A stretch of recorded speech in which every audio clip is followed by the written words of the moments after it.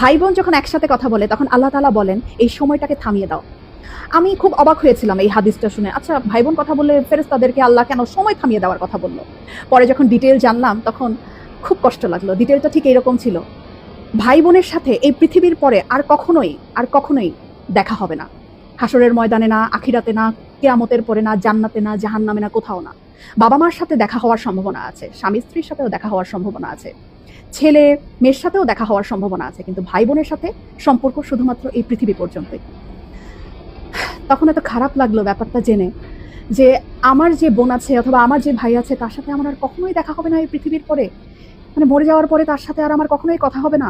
এত ক্ষণস্থায়ী একটা সম্পর্ক আমাদের।